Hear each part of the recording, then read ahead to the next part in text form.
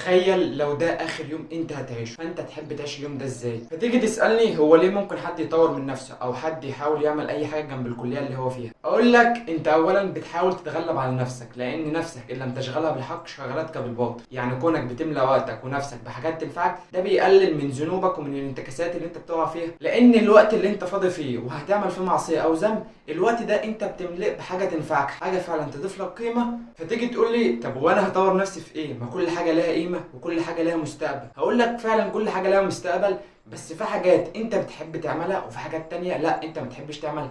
الحاجات اللي انت بتحب تعملها لو حطيت لها خطه انك تتعلمها جنب الكليه، فده هيسهل من فرصه تعلمها، لان انت فعلا بتحب تتعلم الحاجه دي، فهيكون تعلمها بالنسبه لك اسهل واسرع وهتستفاد منها. وممكن لو اتطورت في مرحله التعليم انك تدخل فلوس من المهاره اللي انت بتتعلمها جنب الكليه دي. يعني انت هتكون بتدرس وفي نفس الوقت بتجيب فلوس تصرف بيها على نفسك. بس سيبك من حته ان انت عايز تتعلم كل حاجه، يعني انت عايز تتعلم كودينج برمجه، وعايز تتعلم مونتاج، وعايز تتعلم جرافيك ديزاين، عايز تتعلم كل حاجه والحاجات دي كلها تدخلك فلوس.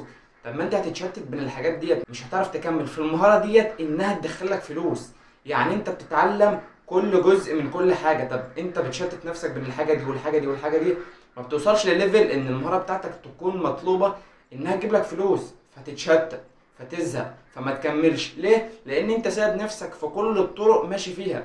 انت ركز على طريق معين، ده هيخليك تعرف تمشي في الطريق ده لاخره ويخليك تتعلم المهاره دي، لدرجه ان في حد هيجي يقول لك يا عم انا عايز المهاره بتاعتك عشان اديك فلوس، عشان انت راجل مجتهد وبتعمل شغل كويس هديك فلوس.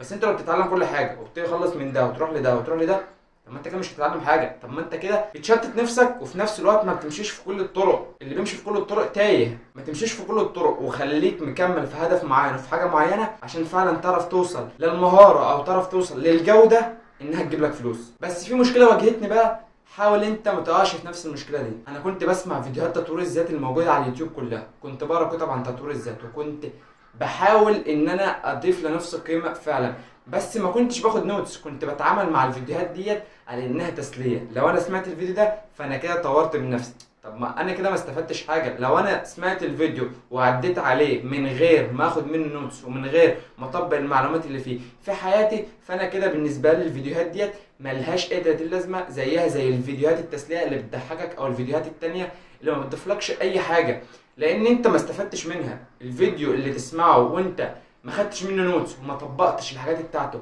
على حياتك وشغلك، فانت كده ما استفدتش من الفيديو ده بحاجه. فحاول وانت بتسمع الفيديوهات دي او انت بتتعلم المهاره تاخد نوتس، وفي نفس الوقت النوتس دي يكون ليها جدول وطريقه مراجعه معينه، بحيث ان انت تكون فاكر النوتس دي اول باول وتطبقها دايما في شغلك. هتيجي انت تقول دلوقتي بقى ازاي اطور من نفسي فعلا؟ اقول لك اول حاجه دور على الحاجه اللي انت بتحبها ايا كانت الحاجه ديت هي ايه، دور عليها، ولما تعرفها دور على كورسات كويسه وشخص كويس بيشرح الكورسات دي. حاول وانت بتسمع الفيديوهات ديت تاخد نوتس وما تعديش على الفيديوهات ديت كانك بتتسلى او بتملى وقتك باي حاجه وخلاص. اول حاجه تدور على الحاجه اللي انت بتحبها، تاني حاجه تدور على كورسات وشخص بيشرح الحاجه اللي انت بتحبها ديت بطريقه كويسه وسهله عشان انت تعرف تذاكرها. تالت حاجه ان انت تاخد نوتس وانت بتسمع الفيديوهات، ما تعديش على الفيديوهات كانك بتتسلى او بتسمع حاجه تملى بها وقتك وخلاص. رابع حاجه احفظ النوتس بتاعتك ديت في شكل رقمي، لان صدقني النوتس اللي انت بتاخدها في ورقه وسبتها الورقه تاني يوم مش هتلاقيها، حرفيا هتلاقيها ضاعت او راحت في اي مكان تاني. فاحفظ المعلومات بتاعتك في شكل رقمي